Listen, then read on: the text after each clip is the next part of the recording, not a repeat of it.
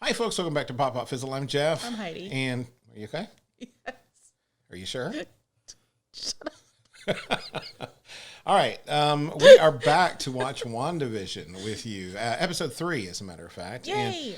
And we have learned that since we reacted to episodes 1 and episodes 2, those episodes actually got titles. Yeah, I want to say that we called it first, that some intern somewhere forgot to put that up on the streaming service. They forgot to put the episode titles on, and we noticed. I'm not sure if they forgot or if they just decided it might be a good idea at the last minute. That means they heard us. Sure, they're listening. Yeah. Be careful what you say. So episode 1 is titled In Front of a Live Studio Audience? Yes.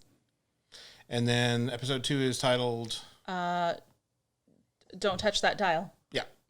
So... We're doing that off of memory, too, yeah. which is crazy considering both of ours And stink. if you've been watching for any length of time, you know our memory is, at least mine, it's not good at all. That's okay. We're going to jump into episode 3 of WandaVision. I've been dodging spoilers for 24 hours. I haven't even seen something that could have spoiled me. Oh, no. Some of my favorite reactors have already done their reactions, so I've been avoiding all of that, and I've been avoiding people on Twitter, and I've been avoiding people on Facebook. I've been avoiding people in real life. Well, that has nothing to do with WandaVision, but I was going to say, none of the above has anything to do with WandaVision, honestly. Yeah. But anyway, we're going to dive into episode 3. Now, if you want to see the full, unfiltered, uninterrupted version of this reaction, you can find that only on Patreon. That link will be down in the description. If you're not sure whether you would like that sort of thing, syncing it up with your own copy and watching along, you can check out the first episode, which we made free for everybody. So you don't even have to be a Patreon subscriber to check out episode 1. That way, go ahead and check it out and see what you think. And if you like it, then sign on the dotted line. No Mephisto deals included in this Patreon subscription. Although, if you would like to support the channel and you don't want to do Patreon because you're worried about the monthly thing, you just want to do a one-time cash donation, you can do that via the Cash App. We put that link in here as well for that purpose. But if you can't do either one, you don't want to do either one. We're just happy that you're here and watching along with us. And now, we watched episode 2. We watched 1 and 2 back to back, as did everybody. As did everybody, except for the people who got the screeners. We're not big enough for that. No. But we had a lot of theories. Yeah. Theorems. Yes. Speculations. Yes. Suppositories. No. Ew. No, that's not right. Sometimes my brain is just, I'm just regurgitating words and then Okay, now we're going out the other end? Yes. Stop. Okay, so. Stop. Stop. Got it. So, one of my speculative sort of musings was that perhaps Vision's computer job might have something to do with Ultron.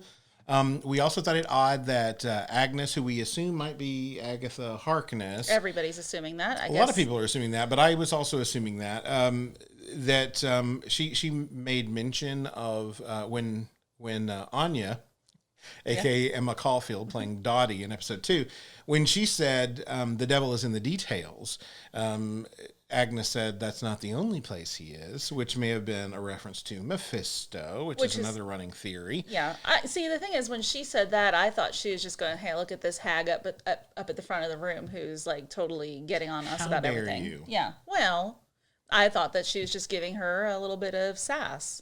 Okay. So also, she pulled out her flask shortly thereafter, so she may have been implying that it was, they were going to have a devil of a time or something. It'll be a gas. Yeah, I mean, there are lots of ways to take that, and I think that's the genius of how the show is written so far. There are multiple ways you can take everything. I, for one, thought that was it Bernadette? Geraldine. I'm not sure where Bernadette came from. Geraldine. We believe to be Monica Rambeau from Captain Marvel, and or a grown-up version anyway. It was kind of a weird thing when she introduced herself because she shook Wanda's hand, and it was like she wasn't sure what she was going to say until she took Wanda's hand, and then she said Geraldine, like that just came to her in the moment. Yeah, like how would somebody not know their name? She bought into it in the moment, so it at least wiped away her confusion. But before that, she had said she wasn't even sure why she was there. And she was frankly scared to move, which could be taken like, oh my gosh, Dottie is so in charge, she's going to bite my head off if I say the wrong thing. So it's easy to take it that way. But if she's not sure why she's in that reality and she's not sure whether or not she's in danger, that could be taken a totally different way.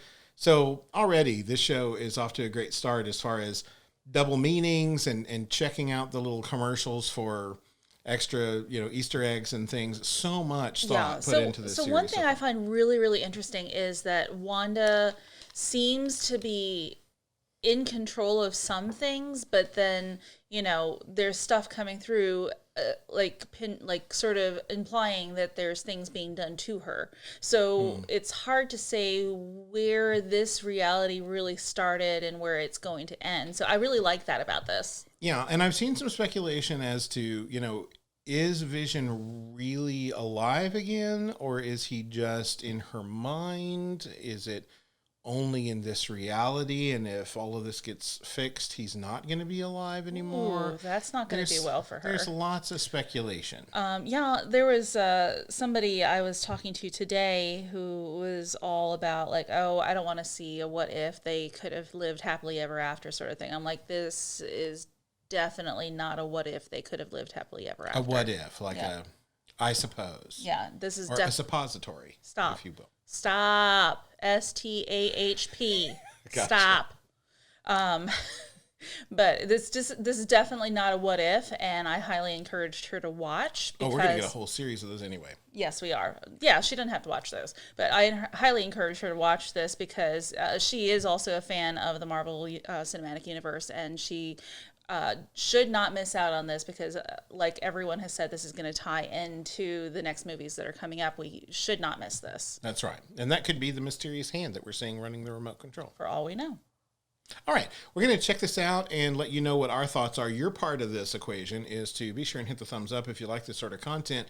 Subscribe to the channel if you haven't already. And then jump down into the comments once we're done watching this and let us know what you thought about the episode and what you think about some of the theories going around. If you have your own theories, we'd love to hear them. Yeah.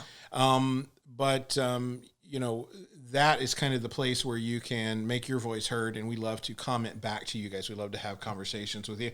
That's where that can take place. So anyway, we're going to dive right in. And just remember, too, that we want to continue getting good content like this. This is not a market substitute. Absolutely watch the show not. first. Yes. Don't let us spoil you. Watch the show, then come here and watch our reaction. Okay? Yep. Here we go. I was hoping we'd get a new theme music. So very Partridge Family, / Brady Bunch. Brady Bunch. Yep. Definitely pregnant. Oh, thanks. Well, that much we figured. You see, when a man and a woman love each other very much. Well, we're just tickled pink. I'm always lost about where the stork comes into play. Yeah. We're at about Hypothetically speaking, what size fruit would it be at, say, 12 hours? pardon, 12 hours. Well, I think this line of questioning is fruitless. Hypothetically speaking. Bermuda, baby. What are we doing? Hey, Hub! Think you might have taken the hedge trimming a little too far there, old chum. So I have. Thanks, buddy. What's happening? Don't mention it. He's continuing to trim the brick wall. Darling, you should probably sit down. Don't be silly. All I feel is excitement, happiness, and oh, Kicking? Already? oh, it's such a strange sensation. It's kind of fluttery. Oh, did I do that? I didn't mean to. Oh, darling. Oh, Billy? Yeah. Well, I was thinking Tommy. Just a nice classic all-American. Billy and Tommy. Then there's Billy, isn't there? Named after William Shakespeare. All the world's a stage. All the men and women merely players. Well, I guess there's only one solution to this debate. Darling? Ooh. Do any of your books talk about this? It's, Pineapple. not a painful, but a strange. A tightening sensation? Yep, that's it. Yes. Where was it? Braxton Hicks contractions, also known as false labor, usually starts in the 3rd trimester. Named after John Braxton Hicks in 1875. Honey. Oh, yes. Oh, look out. What's happening now?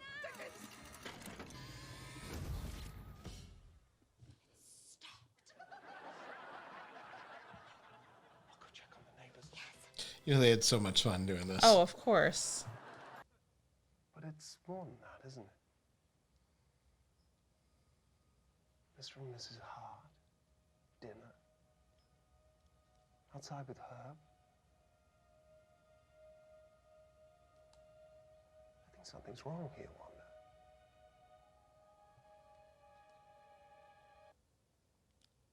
Yes, I know what you mean. Huh. The truth is, we are in uncharted waters. Interesting. Unprecedented times. This is a real one. What? I thought you said Friday afternoon. I didn't consider that the timings between developmental benchmarks could be quite random. Come down. Come on, come on. Come on down. Aw.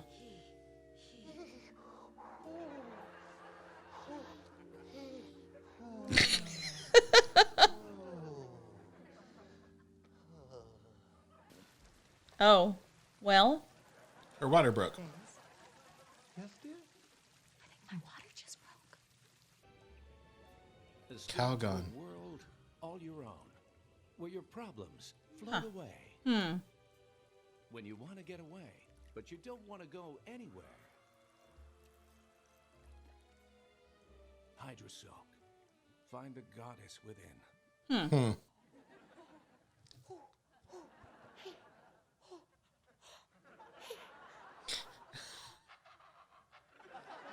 It's 75 degrees out. You making a fashion statement? Well, hi, Geraldine. You know, now's not really a good time. No. It's Foxy. You'll have to let me borrow it sometime. But first, I gotta borrow a bucket. Not to wear, to use. Somehow, all the pipes in my ceiling burst at once, and I gotta bail myself out. All right. Bingo! Would you look at that? What? Fruit. Wanda. Thank you. That's how they disguise pregnancies in sitcoms. Ooh, say what? or the giant purse. West went crazy yesterday. Is that a stork? Oh, look at me. That is a stork. Like you got all the time in the world. Now, your answer. No. Tell me about it. Minutes before the big presentation. Mm-hmm. Mr. Haddix has got nothing. Nothing. Nope, it's here. Words look back at the client, and I say, gravity O's. Launch into your day the right way. Share it with your good friend. Nope. Yeah. Is that what I think it is? Oh, a stork. Yes, I can explain. No! The crib. It's coming. Oh, the baby's coming. You're pregnant? Well, Mr. Vision, well, is everything okay with the wife? Yes. So long as we hurry. I guess that's one way Mr. to. Vision. Yeah. But Stan! What about my brand new two-piece? Oh boy. Sure. I may be late to the party, but I imagine there is a logical explanation for this. Oh, it's so perfectly natural! Hey, you're doing great. You're doing great. Look at me. Look at me. It's time to start pushing. You ready? Is that how you tell? You're ready. Push. Push, Wanda. There's a little sign that flashes green. Oh. I wondered why I had to replace the vacuum cleaner after our kids were born.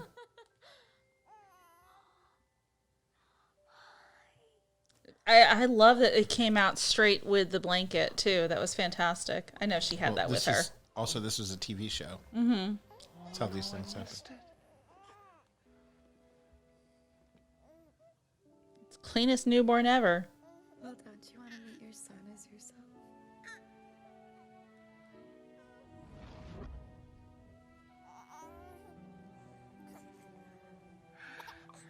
Ooh, you're strong. Hello there, little Tommy. Tommy? Yes, Tommy. Good heavens!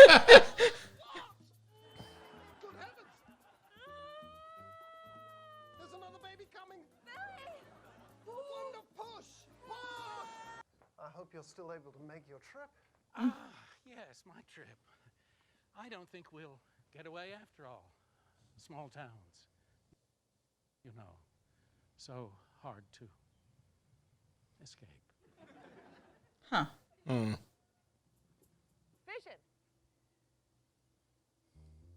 Is Geraldine inside with Wanda?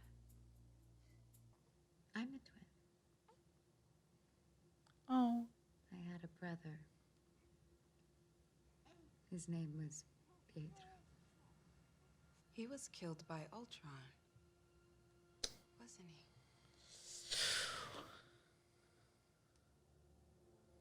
What did you say? She's new to town. Brand new. There's no family. No husband. Well, there's nothing wrong with that. No home. What did you say? Just now. I said, Wanda, you're such a strong lady. Should I say it one more time for good measure? No? What did you say about Pietro? Pietro? Hey, I'll take a shift rocking the babies. No, I think you should leave. Oh, Wanda, don't be like that. She came here because... She came here because... She came here because we're all... She came here because we're all what? What are you trying to tell me? Stop it.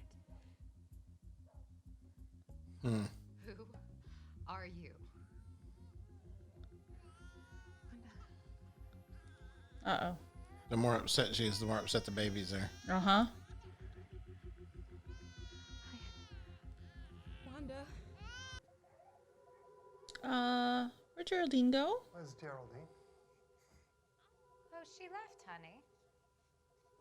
She had to rush home.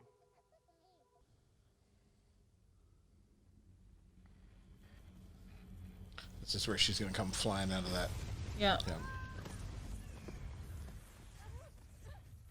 Whew.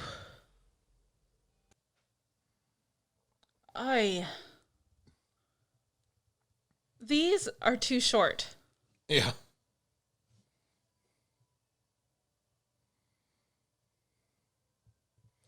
All right, I'll stop it there. There haven't been any after credit scenes, but I will skip ahead just to make sure. Scanning. Negatory. Okay.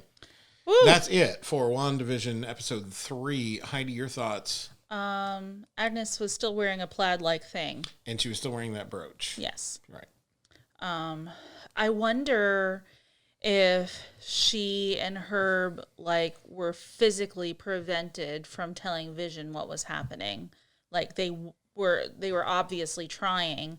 It didn't seem like they wanted to keep it to themselves, but no matter how hard they tried, they couldn't actually say it. Well, it seemed like Herb wanted to say it and was having trouble saying it, but I don't think she was making the attempt to say it. She was seemed to be trying to get Herb not to say it. I don't know. It could go both ways. I've heard it both ways. Obviously this is a game changer for the series because we got to see more serious ramifications of what it's like for somebody trapped in this place. So maybe Geraldine, aka Monica, was there on purpose. Maybe she was monitoring and got sucked into it. We don't really know what her side of it is yet. I'm assuming we'll get that at some point. But either way, but breaking character broke her out. You're right. Breaking character and more specifically getting Wanda to break character caused Wanda to nope her right out of there. Yep. Which means that, I like the way that they did that at the end when Vision came in and asked what happened to Geraldine because it cast a sinister look over Wanda. Well, and here's the other thing. Vision walked in his regular face asking that. If he knew that Geraldine was there, he might not have done that. So that was an interesting choice. Yeah. So I found that really interesting. So I think given that Vision is the analytical being that he is, that he's going to be the impetus for this thing all falling apart because he's not going to be able to stop asking questions. No. Now that he knows that something's wrong, now that he suspects that, it's one thing to suspect that, well, we're having kids and this is happening way too fast and whatever. That's one thing, Yeah. she's got powers. It could be different. It's another thing to realize that everything that's around them is not really working right. So whatever spell is cast over him for lack of a better term, to keep him grounded in whatever reality they're living in that particular episode. Him breaking free of that even a little bit, I think it's going to be something that his mind is going to continue to play over and over until he finds out what's going on and why. Now, we still don't know whether this is Wanda doing this of her own free will, or whether it's something that she was talked into or made to do with some promise of getting Vision back out of it. I guess we'll find that out as we go along. Yeah. We don't even really know. I mean, we know that this happens after Age of Ultron, clearly. Yep. We know that this happens likely after Endgame, but when or how soon after Endgame, or even, and I question this, from the teaser that they show where she's looking at the stone, that doesn't seem to be in the moment that Vision is being destroyed. But I still wonder if in the moment that she destroyed that stone, if something happened that's making all of this possible. Like she got a bounce, like a power, like bounce back. Or some sort of connection to him that she's able to do this. And maybe that's what whoever's using her is trying to exploit if someone is using her. Now, I could be wrong. They could not be using her. They could be setting her up to be a big bad and have Doctor Strange deal with her and calm her back down into the good side of things. In Multiverse of Madness. Who knows, really? But I would assume that that's probably not the case. I would assume that maybe we're dealing with Mephisto or something else here. Although the calls back to Strucker and Hydra are very interesting. Obviously, they're tied into Wanda's origin. Yeah. But is that all? Is that all they're tied into? I thought the commercial was really interesting. You know, create your own little world without getting away. I mean, it's like it couldn't be more obvious. And they've all been geared toward that. The toaster commercial was about, you know, say goodbye to the past, say hello to the future. The watch thing was about he will make time for you, or whatever it was that the tagline was. So it was all about it's all so far seems to be about creating the world that you want. Yeah. Which she can literally do. Yes. So, yeah, I'm very curious, you know, could some leftover faction of Strucker's people be at work either in Sword or be at work causing her to do this thing with the promise of getting Vision back in return, and Sword's trying to intervene, realizing that she's being used for something that'll be problematic for the world. Hard to say. Yeah, so many questions. And, you know, I think I speak for you when I say we love shows that don't treat you like you're an idiot, that don't spell everything out for you piece by piece, that just kind of give you puzzle pieces and trust that you're smart enough to put them together. Well, yeah, and knowing that it's going to pay off later. I get that these first few episodes, especially the first 2 episodes, there's a lot to take in, and there's way more questions than answers, but it's not about getting it right then. It's about knowing what they're setting up and then taking what you've learned from that and moving into the next episode so that you can kind of start solving some answers on your own. And when we were watching, I know, especially when we were watching Haunting of Bly Manor, it was a show that gave you a lot of questions and it would answer some along the way, but by the time it answered 2, it would give you 4 more. And then, you know, you'd watch the next episode and a couple of those 4 would get answered and then they'd raise 3 more. And then you didn't really get the full answer until the end when it all came together. I like shows like that because I feel like it's very tempting for shows to string you along with the easy pickings. You know, they'll give you the low-hanging fruit to, you know, so that you feel smart. When you make people work for the answers, when you make them wait, when you bring them into a thing where they're hoping that you're getting enough from the characters and the situations and picking up bits of information, and that you're smart enough that by the time they kind of arrange everything for you toward the end, that you'll be able to understand what's happening.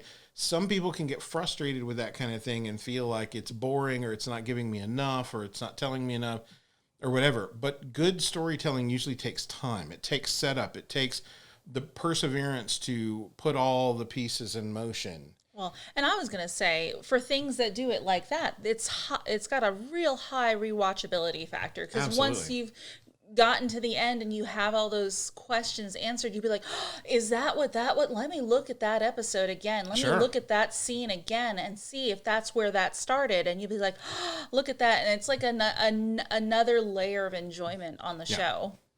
There are so many things, when movies do that or TV shows do that when you dig in a little bit deeper, it's so much more rewarding. It tends to make it something I can come back to over and over again, because even movies I've seen a million times, I can watch Back to the Future and see something new in it each time.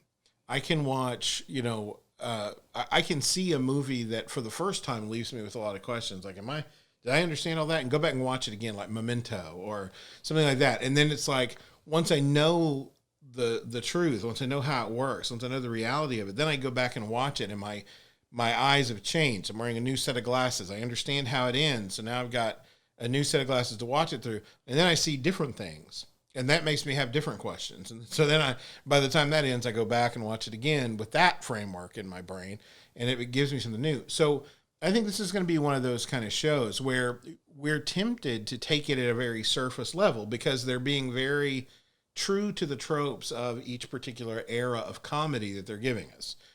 This setup with her being pregnant and the birth of the children, two clean, older than newborn babies. Yes. That is very, very late 60s, early 70s sitcom. For sure. Trappings. Oh, it went all the way through. But the dad being panicked and not knowing what to do.